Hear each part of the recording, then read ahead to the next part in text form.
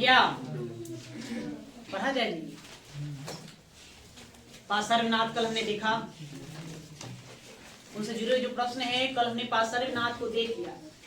आप उनका निर्वाण ध्यान में रखेंगे, उनका निर्वाण कहाँ हुआ था, कई बार प्रश्न पूछा गया। और उसने 4 व्रत दिए। कितने व्रत दिए थे? 4। चारों याद है? सत्य, असत्य, अपरिग्रह और अहिंसा। ये 4 वो क्या करेंगे? व्रत देंगे। उन व्रतों को ध्यान में रखना। उनके पिता का नाम लक्ष्मण सेन था, अश्विन सेन था, जो काशी के राजा। कहाँ के? काशी के राजा। माता का नाम उनके प्रतीक चिन्ह को ध्यान में रख लेंगे। सर पे उनका एक रंग था, रंग का कौन है? नीला। इतना ध्यान में रखेंगे, ज्यादा बातें हुआ। अब ये आज महावीर स्वामी इनको देखेंगे। महावीर स्वामी को देखेंगे। आप लोग भी पेन चलाएंगे। महावीर स्वामी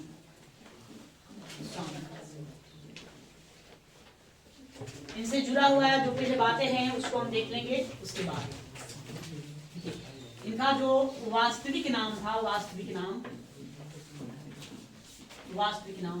क्या नाम है? वास्तविक जी आप लोग पढ़े हैं, वर्धमान। वर्धमान इनका वास्तविक नाम वर्धमान है।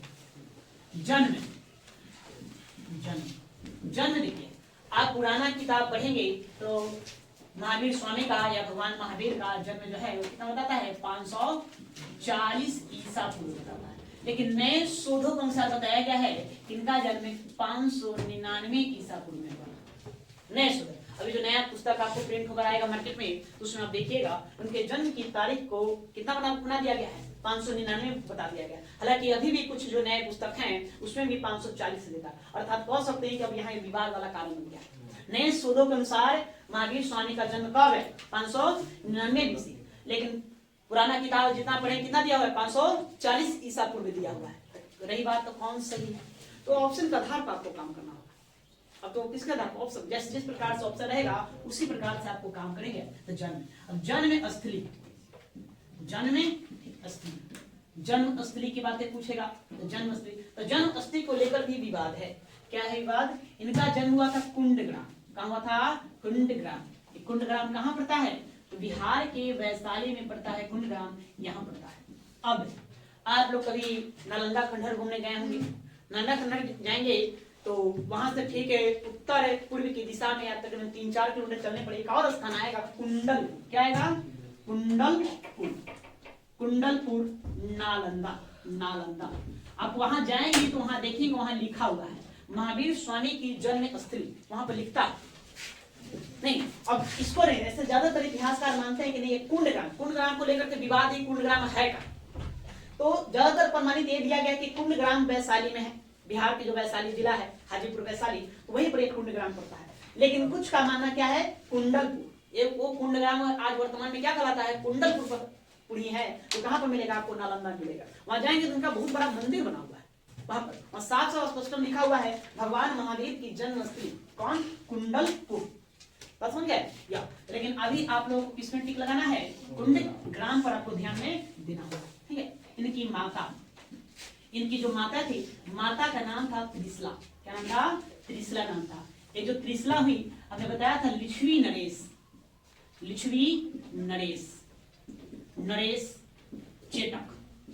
चेटक के बारे में पहले चर्चा किए हैं। लिच्छवी नरेश चेटक की पुत्री हुई। पुत्री का नाम छेलना या छेलना, जिनका विवाह किसके साथ हुआ था? बिंबिसार के साथ हुआ था। तो वही लिच्छवी नरेश चेटक है ना, उन्हीं के बहन लिच्छवी नरेश चेटक की बहन एक त्रिशला। अब इनके जो पिता हैं, पिता का नाम जो है वो आपका आएगा सिद्धार्थ। एक कौन से? तो सिद्धार्थ के बारे में बताया जाता है एक कुंडग्राम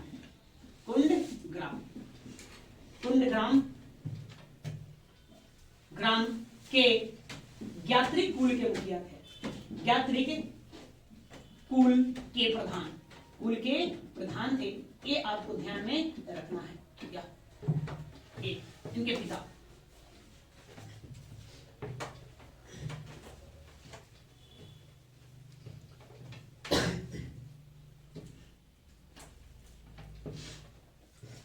इनकी जो पत्नी थी, इनकी पत्नी का नाम हुआ यशोधा।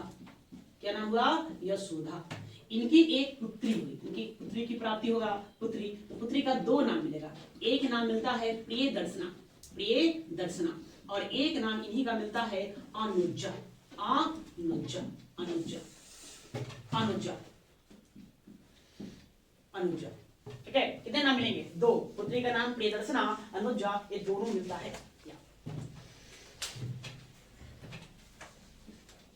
और आगे चलेंगे।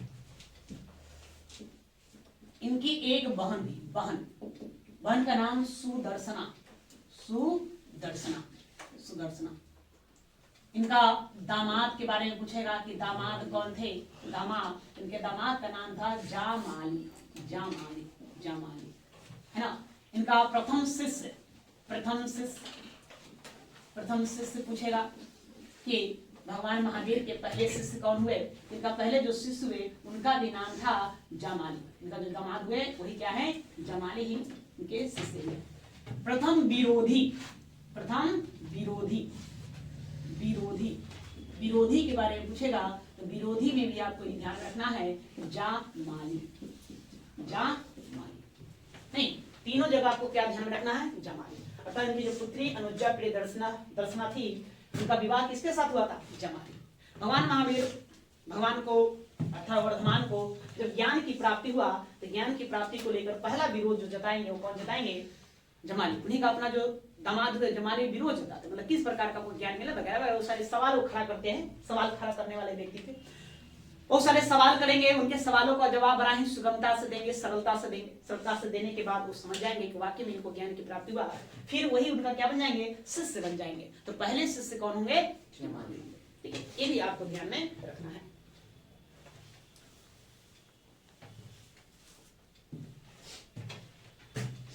फिर ध्यान में रखेंगे संघ का प्रथम विच्छेदक, भगवान महावीर अपना एक संघ बनाएंगे। उस संघ में पहली बार जो टूट या विच्छेद करने वाले जो व्यक्ति हैं वो भी आपको ध्यान में रखना है जामाली को ही, जामाली। या ज्ञान प्राप्ति के बाद पहला ज्ञान प्राप्ति स्थल, उनको कहाँ ज्ञान प्राप्त हुआ था? ज्ञान प्राप्ति स्थल, कि कहाँ भगवान महावीर को ज्ञान की प्राप्ति होगी। ठीक है, इसके लिए जगह बताया जाता है जुम्बिक ग्राम,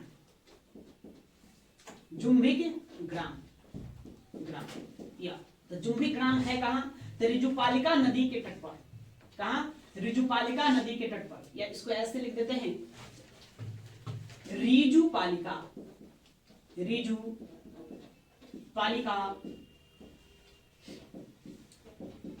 नदी के तट पर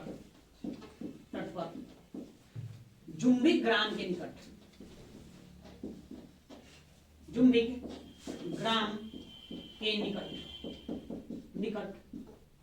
साल वृक्ष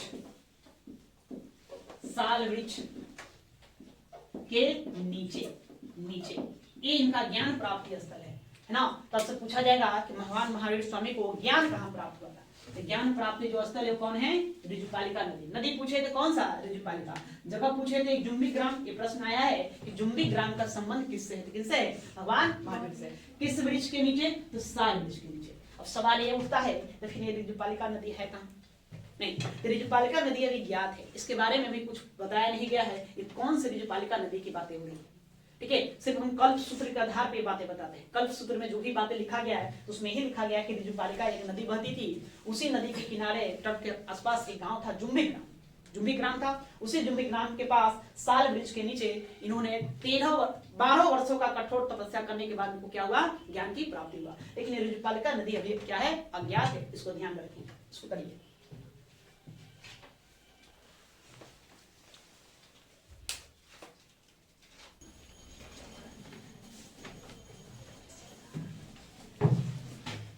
चलिए आगे देखेंगे, आपको इनसे इनके बड़े भाई का नाम पूछेगा। बड़े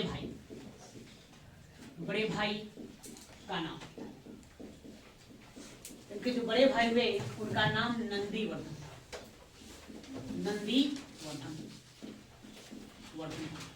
नहीं, गृह त्याग। घर ये छोड़ेंगे। कब घर छोड़ेंगे? घर छोड़ने का जो इनका समय अवधि था वो 30 वर्ष की अवस्था में सबसे पहले यह अनुमति प्रदान करेंगे, प्राप्त करेंगे। किससे? अपने बड़े भाई नंदीवर्धन से। तो बड़े भाई नंदीवर्धन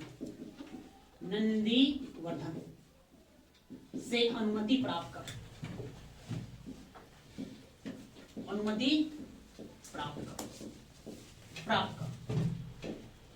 कितना? तो 30 वर्ष की अवस्था में,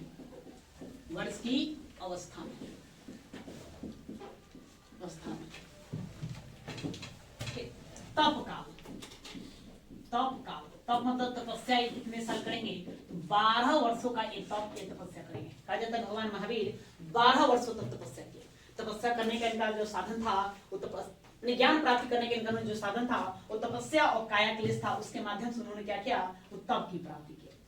ठीक है, उसके बाद ये अपना क्या करेंगे? प्रथम उपदेश देंगे। प्रथम उपदेश ज्ञान मिल जाएगा तो उपदेश देंगे, तो दे देंगे। तो पहला जो उपदेश देंगे या राजगीर में देंगे। राजगीर उसमें राजगीर क्या कहलाता था? राजगृह कहलाएगा या गिरिव्रज कहेंगे। नहीं, राजगीर इसी को हम राजगृह कह लीजिए। राजगृह में नहीं, एक नदी बहता था, उस नदी का नाम बराकर नदी के तट पर एक पहाड़ी है। वो पहाड़ी का नाम है विपुलांचल पहाड़ी पर। ठीक है, विपुलापन पहाड़ी पर, वहीं पर वो पहली बार अपना क्या करेंगे? उपदेश देंगे। निर्वाण मतलब निर्माण की प्राप्ति, मृत्यु मतलब मोक्ष की प्राप्ति ये कर लेंगे। निर्वाण की प्राप्ति, इनको निर्वाण की जो प्राप्ति होगा वो उसके लिए समय सीमा है 527। ऐसे पुराना हम देखेंगे, पुराना हम देखिए तो 468, कितना? 468 BC या 468 BC। कितने साल की अवस्था में? तो 72 वर्ष की अवस्था में, 72 ईयर्स, 72 वर्ष की अवस्था में। कहां पर ज्ञान की प्राप्ति हुआ था? तो पावापुरी। कहां पड़ेगा पावापुरी? या तो बिहार शरीफ में ही पड़ता है पावापुरी। नालंदा जिला कहिए, नालंदा जिला, ये बिहार के पावापुरी में। अच्छा अभी देखिए, नए शोधक अनुसार ऐसे उनका जन्म 540 में हुआ। कहाँ हुआ था जी? 540 में। ऐसे नए शोधक अनुसार कितना देता है? 597 देता है। तो पुराने शोधक अनुसार मृत्यु हुआ 468 BC में, 468 BC में। तो नए शोधक अनुसार का मृत्यु कब होगा? तो 72 साल उसमें से माइनस कर दीजिए। 72 माइनस करेंगे कितना आएगा? 527 BC या नए शोधक अनुसार। इसमें आपको कंफ्यूज होने वाली बात नहीं है। पुराना जितना किताब है उसमें आप देखेंगे कि भगवान महावीर स्वामी का जो जन्म हुआ वो कब हुआ? 540 में हुआ। लेकिन नया वाला में कितना बताता है? 597 बताता है। मृत्यु बताएगा 468। ठीक है, 468 मृत्यु निर्वाण की वो तारीख है। तो फिर इसमें आप 72 साल इसमें से घटाइए तो कितना आएगा? 527। तो दोनों बातें आपको ध्यान रखना है। 527 BC दोनों ध्यान रखना। कितना आएगा? 525 आएगा। 72 साल घटाएंगे उसमें से। वहां पे 99। हाँ ओके, हाँ ये मिस्टेक हो गया, सॉरी। ये 599 होगा और आ जाएगा 527। हाँ 527 याद है। 72 साल तक वो जीवित रहेंगे।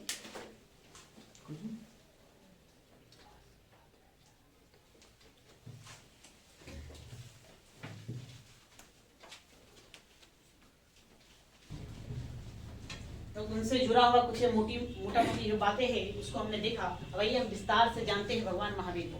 नहीं, अब देखिए पुस्तक ही कल्पसूत्र। कौन सी पुस्तक? कल्पसूत्र। बताए हैं कल्पसूत्र के रचनाकार कौन हो गए? कौन हो गए रचनाकार? भद्रबाहु ये लिखेंगे भगवती सूत्र, कल्पसूत्र। अब परिशिष्ट प्रबंध नहीं पढ़ेंगे। कल्पसूत्र में लिखा हुआ है कि वर्धमान जो हुए, वर्धमान वो 30 वर्ष की अवस्था में, 30 वर्ष की आयु में वो क्या करेंगे? गृह का त्याग कर देंगे। गृह का त्याग करेंगे अपनी मर्जी से, है ना? अपनी मर्जी से ही करेंगे। लेकिन इसके लिए अनुमति प्राप्त करेंगे। किससे? अपने बड़े भाई नंदीवर्धन से आज्ञा लेकर। ऐसा नहीं होगा मतलब अचानक ही भाग गए घर छोड़कर। आज्ञा लेकर या गृह त्याग करेंगे। गृह त्याग करने के बाद या इन्होंने ज्ञान की प्राप्ति को लेकर के कहा जाता है कि तप, तपस्या, तपस्या एवं काया क्लेश को साधन बनाया। काया क्लेश मतलब कठोर तपस्या करना है। काया क्लेश मतलब क्या कर सकते हैं? कोई व्यक्ति लगातार निरंतर बिना भूखे प्यासे खाए हुए तप कर रहा है तो क्या हो जाएगा? सूख कर हड्डियों का ढांचा बन जाएगा। तो वही क्या कहेंगे, उसका शरीर काया क्लेश हो। यही उन्होंने आधार बनाया। कहा जाता है ये प्रारंभिक के 13 माह एक ही वस्त्र धारण किए हुए, एक ही वस्त्र में रहे, एक ही वस्त्र बदले नहीं। प्रारंभिक के 13 महीने तक एक ही वस्त्र में रहे। जब उनके शरीर पर कीड़े मकोड़े रेंगने लगे, शरीर है एक ही लगातार वस्त्र पहने हुए, बताओ 13 महीने लगातार एक ही वस्त्र पहने हुए, कीड़े मकोड़े तो रेंगना है। जब कीड़े मकोड़े रेंगने लगे तो फिर वो क्या करेंगे? एक नदी का जिक्र किया जाता है, नहीं, स्वर्ण बालुका नदी, स्वर्ण बालुका नदी, एक नदी का जिक्र मिलता है कल्पसूत्र में। इसी स्वर्ण बालिका नदी के तट पर क्या करेंगे? वस्त्र का त्याग करते हैं, वस्त्र का त्याग कर देंगे और नग्न अवस्था में, नग्न अवस्था में आ जाएंगे। अवस्था में वो अपना रहने लगेंगे। बिल्कुल 13 माह तक वो एक ही वस्त्र में रहे। एक ही वस्त्र में रहने के बाद जब उनके शरीर पर कीड़े मकोड़े रेंगने लगे तो वस्त्र का ही त्याग कर दिया। वस्त्र का त्याग करने के बाद उसी नग्न अवस्था में घूमने लगे। कहा जाता है इनके साथ प्रारंभिक समय में बड़ा अत्याचार हुआ। वो जो वैशाली के क्षेत्र जो था जहाँ के रहने वाले थे, इनके साथ अत्याचार किया, पर्यामानीय व्यवहार किया गया उनके साथ। सारा कल्पसूत्र में लिखा गया। सिंपल सी बात है, बताओ उस जमाने में सब लोग वस्त्र पहनो, एक बिना वस्त्र का है, क्या लगेगा? अजीब नहीं लगेगा? सब पगले कहेगा, निमन तो कोई कहेगा नहीं। सोचने की बात है। वो कोई वीर व्यक्ति का ही काम है जो उस तरह के काम करना, सबके बस की बात है ये? हर किसी के बस की बात नहीं है ना। ऐसे ही वो महावीर स्वामी नहीं कहे, भगवान यूं ही नहीं बन गया। जो भी हुआ कहानी बस कल्पसूत्र ये बताता है कि कल्पसूत्र के अनुसार 30 वर्ष की आयु में, जब उनका उम्र 30 साल था, तो क्या करेंगे? घर को छोड़ देंगे अपने बड़े भाई नंदीवर्धन से आज्ञा लेकर। छोड़ने के बाद उन्होंने तपस्या और काया क्लेश को केवल का साधन बनाया। ज्ञान की प्राप्ति का वो साधन किसको बनाया? तपस्या और काया क्लेश को बनाया। 13 माह तक वो एक ही वस्त्र में रहे। जब उनके वस्त्र पर कीड़े मकोड़े रेंगने लगे तो उन्होंने उस वस्त्र को त्याग कर दिया। कहां? स्वर्ण बालुका नदी का जिक्र दिया जाता है कल्पसूत्र में। उसी बात स्वर्ण बालुका नदी के तट पर अपना वस्त्र को त्याग कर दिए और वहां से नग्न अवस्था में रहने लगे। नग्न अवस्था में उस वैशाली के क्षेत्रों में उनके साथ अमानवीय व्यवहार किया गया, अत्याचार हुआ उनके साथ, लेकिन फिर भी वो बिल्कुल शांत और मौन रहे। किसी प्रकार का कोई प्रतिक्रिया नहीं। ऐसा मतलब कि हम द्वेष में आकर हम बदला ले लें, नहीं, ऐसा नहीं। अपने आप को बिल्कुल शांत रखे, मौन रखे, किसी से कोई जवाब नहीं दिए, अपना उसी अवस्था में भटकते रहे। उसके बाद ये पहुंचेंगे राजगृह जाएंगे। तो राजगृह में इनका सम्मान किया गया। राजगृह के जो जनता था उन्होंने इनका सम्मान किया, माने कि एक तपस्वी हैं, एक योगी हैं, अतः उन्होंने इनका क्या किया? सम्मान किया। राजगीर के बाद फिर ये जाएंगे नालंदा पहुंचेंगे। यही नालंदा पहुंचेंगे तो नालंदा में इनका एक शिष्य बनेगा, पहला जो है शिष्य बनेगा। ज्ञान प्राप्ति के पूर्व एक शिष्य बनेगा, का नाम था मखली गोसाल। ये वही मखली गोसाल है जो आगे चल के आजीवक संप्रदाय को चलाएंगे। आजीवक संप्रदाय एक है, आजीवक संप्रदाय की कहानी पढ़ेंगे तो बड़ा ही अजीब है। ये लोग मतलब कि क्या है? भाग्यवादी है। आजीवक संप्रदाय का जो भी अनुयायी हुआ, हालांकि इसके प्रवर्तक माने जाते हैं मखली गोसाल माने जाते हैं कि मखली गोसाल ने इस आजीवक संप्रदाय को चलाया। इसको मानने वाला बिंबिसार भी है, इसको माना दशरथ, जो हम देखेंगे आगे चल के अशोक का पुत्र, जो वो भी क्या करेगा? आजीवक संप्रदाय को मानेगा। ये लोग भाग्यवादी है, नियतिवादी। ये लोग का मानना है नहीं कि जो भी हो रहा है, जो हुआ है, जो हो रहा है, आगे चल के जो भी होगा, ये सब नियति के देन है, सब विधि विधान में लिखा हुआ है, ये होकर ही रहेगा। आपको है ना कुछ करने या न करने से कुछ बदलने वाला नहीं है। अर्थात क्या कहते हैं? पूरी तरह से भाग्यवादी लोग हैं, भाग्य पर सब कुछ छोड़ देने को कहते हैं। कौन? आजीवक संप्रदाय के लोग। इसकी कहानी हम बाद में देखेंगे, अभी हम जानेंगे। क्या जानेंगे? तो वो सब कहाँ गए? राजगीर गए। राजगीर पहुंचे तो इनके साथ सम्मान हुआ। राजगीर के बाद कहाँ जाएंगे? नालंदा जाएंगे। नालंदा जाएंगे तो नालंदा में इनका पहला शिष्य बनेगा मखली गोसाल, जो आजीवक संप्रदाय का एक प्रवर्तक है। लेकिन ये भी ज्यादा नहीं, 6 वर्ष के बाद मतलब 7 छोड़ देंगे, 7 छोड़ देंगे। ठीक है, वर्ष के बाद कहा जाता है कि साथ छोड़ दिए। साथ छोड़ने के बाद फिर वो नालंदा से अपना कहाँ चले गए, वही जो रिजुपालिका नदी के बारे में बताया जाता है। जुम्बी ग्राम के निकट रिजुपालिका नदी के तट पर साल वृक्ष के नीचे उनको ज्ञान की प्राप्ति हुआ। अब रही बात कि जुम्बी गांव है कहाँ, सवाल उठता है आखिर कहाँ, नहीं रिजुपालिका नदी कहाँ है। तो इसके बारे में अभी कोई भी इतिहासकार स्पष्टम बातें नहीं बता पाते। लोग अंदाजा लगाते हैं कि ये नदी रहा होगा, लेकिन कोई स्पष्टम प्रमाण नहीं मिलने के कारण इसके बारे में सही सही बातें नहीं कहा जा सकता। नहीं तो कहा हम जानेंगे, अब यहाँ भी जाने फिलहाल कि जुम्बी ग्राम, ग्राम कहाँ, रिजुपालिका नदी, रिजुपालिका नदी, नदी के तट पर कौन सा वृक्ष, साल वृक्ष। तो साल वृक्ष के निकट इनको ज्ञान की प्राप्ति हुआ। अब कैसे ज्ञान की प्राप्ति होगी, तो 12 वर्षों तक तप करने का, 12 वर्षों तक तप, तपस्या के, कठोर तपस्या के, कठोर तपस्या करने के बाद इनको ज्ञान की प्राप्ति हुआ। ज्ञान या कैवल्य, कैवल्य, कैवल्य की प्राप्ति हो गया। ठीक है, अब ज्ञान ही कहिए, ज्ञान मिला, ज्ञान की प्राप्ति हुआ, ज्ञान की प्राप्ति। ज्ञान की प्राप्ति के बाद ये जो भगवान महावीर है, जो वर्धमान पहले थे, वर्धमान से ये क्या कहलाए, महावीर कहलाए। महावीर क्यों इनको महावीर कहा गया, इन्होंने तपस्या मतलब एकदम क्या कर सकते हैं, एकदम अतुल्य पराक्रमी साहस दिखाया, जैसा कि कर पाना संभव नहीं, इसलिए इनको क्या कहा, महावीर कहा गया। मतलब काफी अधिक वीरता दिखा दी है। लगातार 12 साल तप करना यही नहीं है, पालतू ना के देखिए 12 साल तप किया है ना। आप लोग पढ़ने बैठोगे तो 2 घंटा में थक जाओगे ना जी, 2 घंटे पता कमर दर्द करने लगता है, बर्दाश्त नहीं होता है। खूब तो 3 घंटा बैठोगे, 4 घंटा, तो काफी बता दिए ना। 1 घंटा में सबको ब्रेक चाहिए, कहीं 1 घंटा थोड़ा सा मोबाइल चला लेते थे, कहीं बढ़िया होता ना, 1 गिलास पानी पी लेते, थोड़ा सा गली में निकल के बतिया लेते, वहां फिर पढ़ते। लगातार 12 साल बैठे हैं। ठीक है, इसलिए इनको क्या कहा गया, महावीर कहा गया। नहीं, इनको निग्रंथ कहा गया। क्या कहा गया, निग्रंथ, निग्रंथ कहा गया। क्यों, ये बंधन से बिल्कुल मुक्त हो गए, बंधन मुक्त होने के कारण इन्हीं को निग्रंथ कहा। बिल्कुल मोह माया का बिल्कुल त्याग कर दिए, बंधन मुक्त होने के कारण इनको निग्रंथ कहा गया। इन्हीं को जीन कहा गया। जीन, जीन क्यों कहा गया, इन्होंने अपने ज्ञान इंद्रियों को जीत लिया। ज्ञान इंद्रियों, हमारे शरीर में कितनी ज्ञान इंद्रिया, 5 है, तो है ना, बस कंट्रोल है उस पर, बिल्कुल कंट्रोल। थोड़ा सा कहीं व्यंजक देख लेंगे, 12 मसाला 13 स्वाद, तो लार टपकने लगता है ना जी, बिल्कुल कंट्रोल नहीं। कहीं कुछ तमाशा हो रहा था, आंख देख लेता है, तो कदम अपने आप उधर की ओर ले जाता, बिल्कुल कंट्रोल नहीं है। इन्होंने अपने ज्ञान इंद्रियों को जीत लिया। ज्ञान इंद्रियों को जीते जाने के कारण इनको हम क्या कहेंगे, जीन कहेंगे। क्या कहेंगे, जीन कहेंगे। इन्हीं को आहर्त कहा गया। आहर्त, आहर्त मतलब होता है पूजनीय, ये पूज्य योग थे, तो भाई पूजने लायक तो है वाकई में, इन्होंने वो कर दिखाया जो कोई नहीं किया। ठीक, अब ज्ञान की प्राप्ति हो गया, उनको हम इतना सारा बात बताएंगे। उसके बाद वो अब क्या करेंगे, उपदेश देंगे। क्या देंगे, उपदेश, उपदेश, उपदेश। तो उपदेश देने के लिए उन्होंने स्थान चुना राजगृह। कहाँ गए, राजगृह चले गए, राजगृह गए।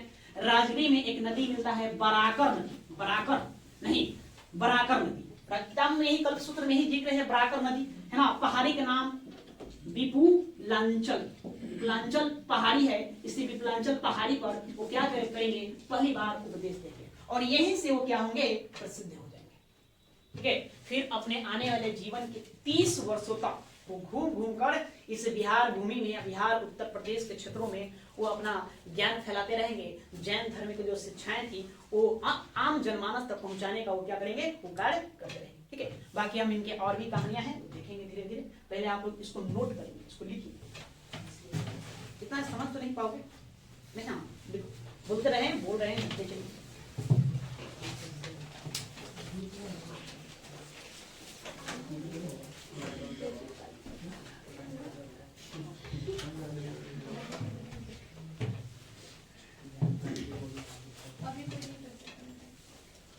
अच्छा, वो आप लोग बाद में तय करेंगे, कौन करेगा, कौन सी करेगा, पढ़ो। ठीक है, पढ़िए, लिखिए, लिखिए ना, उसके नीचे से लिखिए। लिखिए तो, कल्प सूत्र के अनुसार, कल्प सूत्र के अनुसार, अनुसार, अनुसार 30 वर्ष की अवस्था में, कल्प सूत्र के अनुसार 30 वर्ष की अवस्था में महावीर ने महावीर ने। ऐसे अभी आप यहाँ नाम महावीर लिखिए, वर्धमान भी लिख सकते हैं। ऐसे अभी क्या है, अभी वर्धमान है, जब तक ज्ञान नहीं मिलेगा तब तक वो महावीर नहीं बनेंगे। नहीं, सिर्फ वर्धमान लिखना उचित होगा, वर्धमान लिखो। महावीर में कोई गलत नहीं है, लेकिन फिर भी वर्धमान लिखो। वर्धमान ने अपने बड़े भाई नंदीवर्धन, वर्धमान ने अपने बड़े भाई नंदीवर्धन से अनुमति प्राप्त कर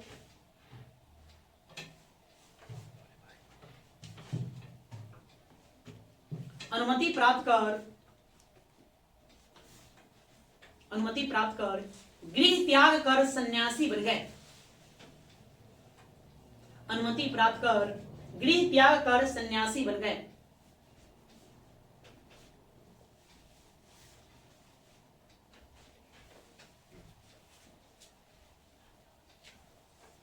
सन्यासी बन गए।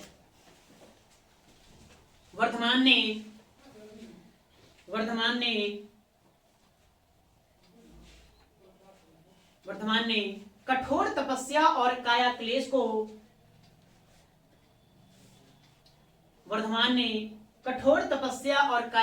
को अपनाया।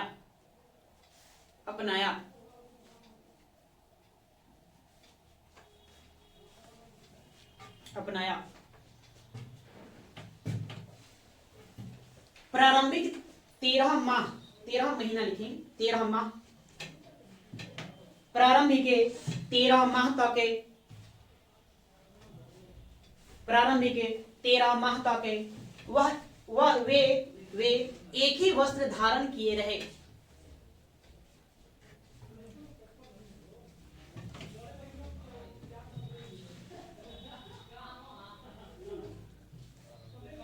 प्रारंभिक 13 माह तक वे एक ही वस्त्र धारण किए रहे।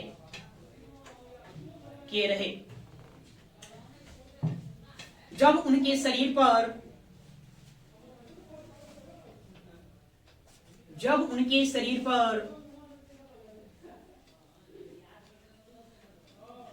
कीड़े मकोड़े रेंगने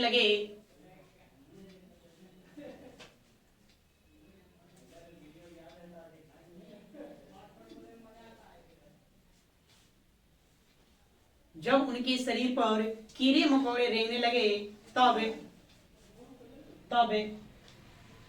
स्वर्ण बालुका नदी, देखिए वहां लिखा हुआ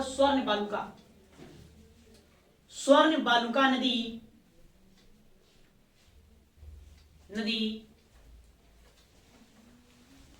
के तट पर वस्त्र का त्याग कर, स्वर्ण बालुका नदी के तट पर वस्त्र का त्याग कर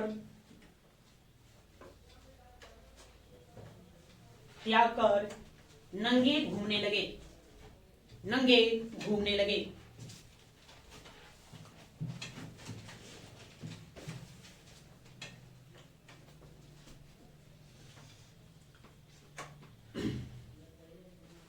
ऐसे ही भ्रमण करते हुए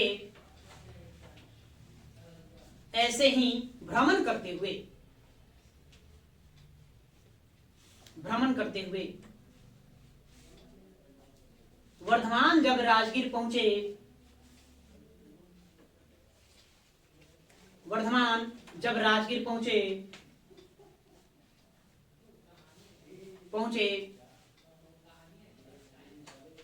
तब वहां की जनता द्वारा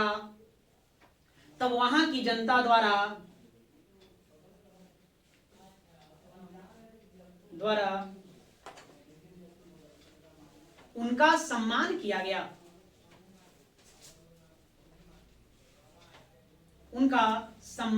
गया।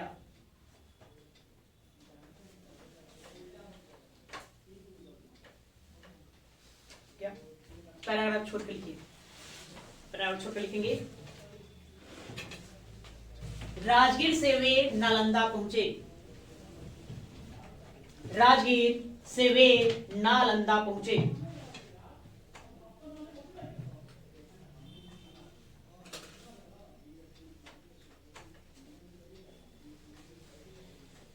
तो इसको रुको, तो अब बोलो तो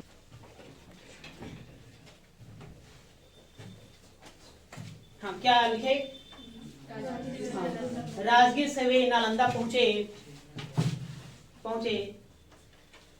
तो मखल्ली गोसाल लिखे, मखल्ली गोसाल, तो मखल्ली गोसाल नामक एक सन्यासी उनका शिष्य बन गया। तो मखल्ली गोसाल नामक सन्यासी उनका शिष्य बन गया।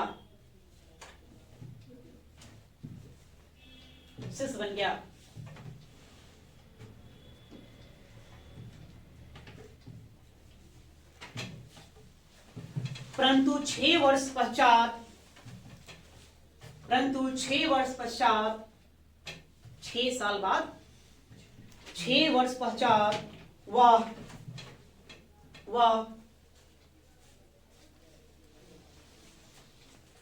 वर्धमान का साथ छोड़कर चला गया।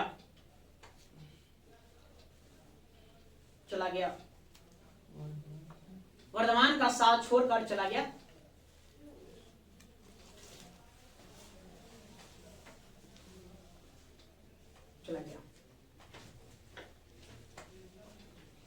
अब लिखिए, वर्धमान 12 वर्षों तक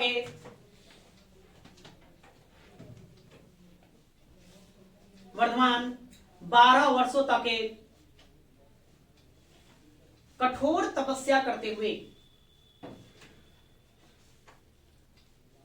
वर्धमान 12 वर्षों तक कठोर तपस्या करते हुए जुम्मी ग्राम के समीप ऋजुपालिका नदी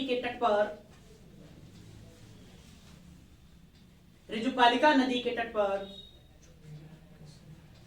जुम्मी ग्राम के समीप ऋजुपालिका नदी के तट पर साल वृक्ष के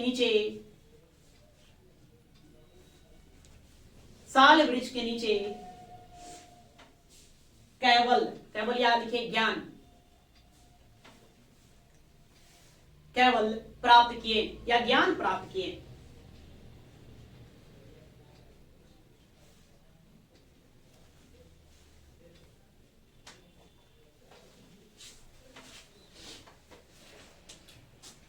ज्ञान प्राप्त किए। ज्ञान प्राप्ति के बाद उन्हें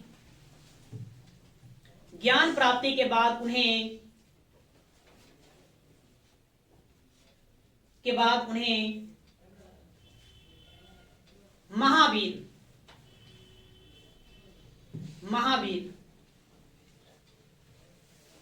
निर्ग्रंथ देंगे, महावीर निर्ग्रंथ या जीन कहे गए या जीन कहलाएं।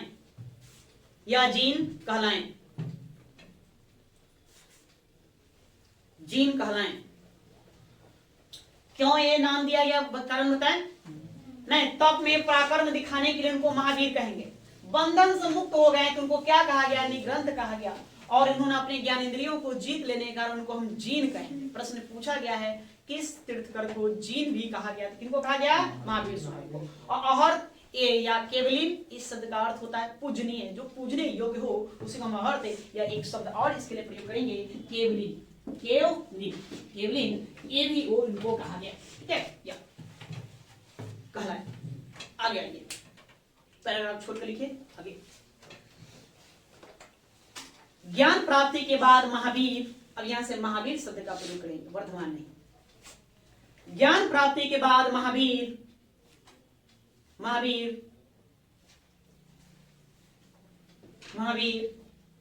ने अपना प्रथम उपदेश,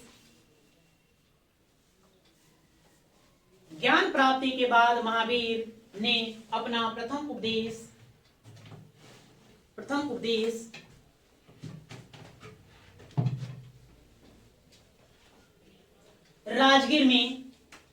राजगृह लिखिए या गृहब्रज या राजगृह हो, राजगृह में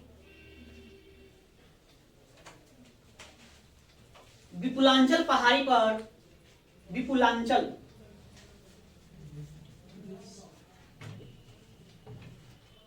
ज्ञान प्राप्ति के बाद महावीर ने अपना प्रथम उपदेश राजगृह में विपुलांचल पहाड़ी पर बराकर नदी के किनारे दिया।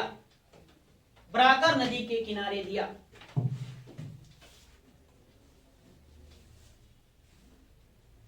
किनारे दिया।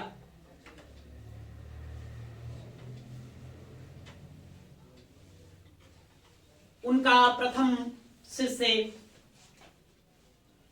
प्रथम शिष्य जमाली था। जमाली था।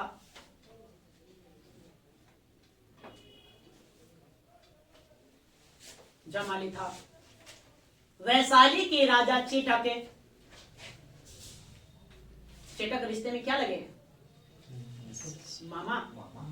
मामा लगे ना, चेटक की बहन त्रिशला इनकी माँ हुई तो मामा लगे। वैशाली के राजा चेटक जो इनके मामा थे शिष्य बने।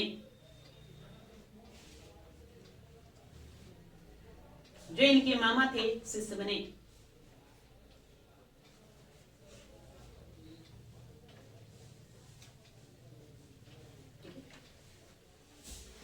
चंपा नरेश दधिवाहन। दधिवाहन। चंपा नरेश दधिवाहन। दधिवाहन की पुत्री चंपा।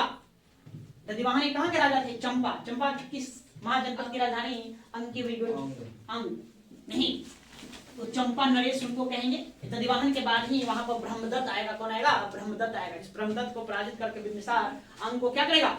मगध में मिला लेगा। ठीक है, तो दधिवाहन नरेश, अंग नरेश दधिवाहन की पुत्री चंपा। अंग नरेश या चंपा नरेश एक ही बात है, जो उचित लगे उसको लिखो। फिर से लिखो। चंपा नरेश दधिवाहन की पुत्री चंपा इनकी पहली शिष्या बनी। पहली शिष्या बनी। पहली शिष्या बनी।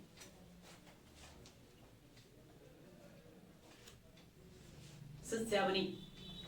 तो प्रथम शिष्या चंपा, इसको ध्यान में रखना, इसको आप अंडरलाइन करेंगे। चंपा को अंडरलाइन करिए।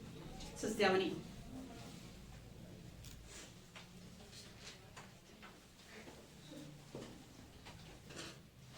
एक लाइन और जोड़ो। समकालीन महत्वपूर्ण शासकों, समकालीन मतलब उस समय जो राजा था, समकालीन महत्वपूर्ण शासकों,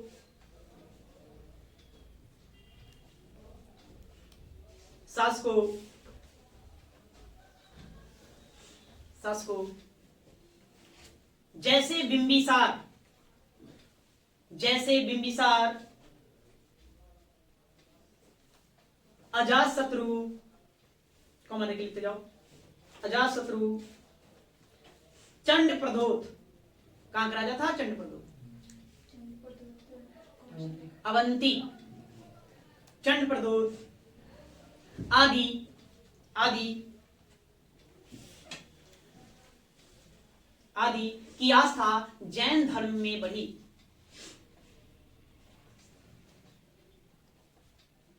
आस्था जैन धर्म में बढ़ी।